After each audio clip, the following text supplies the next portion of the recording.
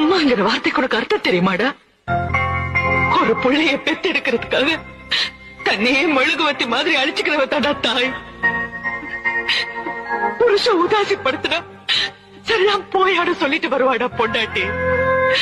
அட புள்ள வேண்டான்னு சொன்னா கூட பின்னாடியே ஓடுறவ தாண்டா தாய். தன் வயிற பட்டினி போட்டு என் உயிர வளர்த்தவளே தன்னந்தனியா